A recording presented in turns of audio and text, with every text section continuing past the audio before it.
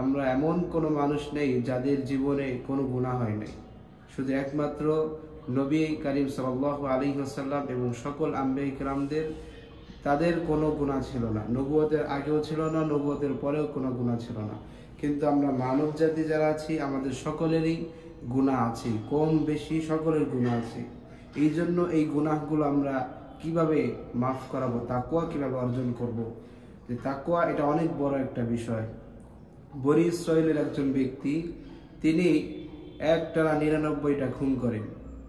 হত্যা করার পরে একজনের কাছে গিয়ে বলেন, পরিশেষে তার আল্লাহর প্রতি ভয় সৃষ্টি হয়, আল্লাহকে ভয় তার অন্তরে ঢুকে। তখন সে একজন পাদ্রীর কাছে গেলেন, গিয়ে বললেন, হে পাদ্রী, আমি যে এতগুলো খুন করেছি 99টি, আমার কি কোনো ক্ষমা আছে? সেই পাদ্রী বললে, আপনি কি করেছেন? সর্বনাশ, আপনার তো কোনো ক্ষমা নাই।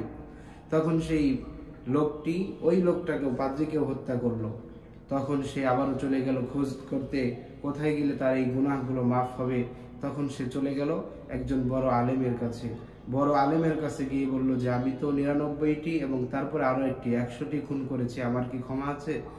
তখন সে আলেম বলল, হ্যাঁ অবশ্যই, আল্লাহ তাআলার ক্ষমার হাত অনেক বড়, আল্লাহ তাআলা আপনাকে ক্ষমা করবেন। আপনি অমুক একটা শহরে যান, গিয়ে আল্লাহর কাছে তওবায় শামিল হন, আল্লাহ তাআলা আপনার গুনাহগুলোকে মাফ করবেন। তখন সেই ব্যক্তি রাস্তা দিয়ে হাঁটার পথেই তার মৃত্যুবরণ হয়ে যায়। তখন দুইজন ফেরেশতা আছে তাকে নেওয়ার জন্য। একদল ফেরেশতা খারাপ, আরেকদল ফেরেশতা ভালো।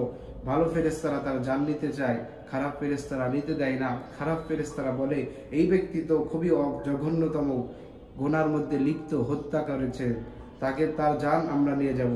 তখন আল্লাহ তাআলার পক্ষ থেকে আরেকজন ফেরেশতা আসে। ফেরেশতা এসে বলে যে আল্লাহ তাআলার বিচার হলো যে রাস্তা মাপতে হবে। যদি তার তওবা, তাকওয়া অর্জন, তওবার দিকে যদি সে বেশি রাস্তা আগায় যায়, তাহলে ভালো ফেরেশতারা তার নিয়ে যাবে। আর যদি তওবার পথে যার রাস্তা কম হয়, তাহলে তাকে খারাপের ফেরেশতারা নিয়ে যাবে।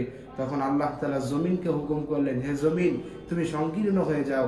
তখন জমিন সংকীর্ণ হয়ে গেল এবং তার মাপার পরে দেখলো যে তার তওবার রাস্তা একেবারেই বেশি। তখন তাকে ভালো ফেরেশতারা নিয়ে গেল। এই জন্য প্রিয় দ্বীনি ভাই বোনেরা, আমরা রমজান মাস পেয়েছি, পরিপূর্ণ তাকওয়া তওবা অর্জন করব।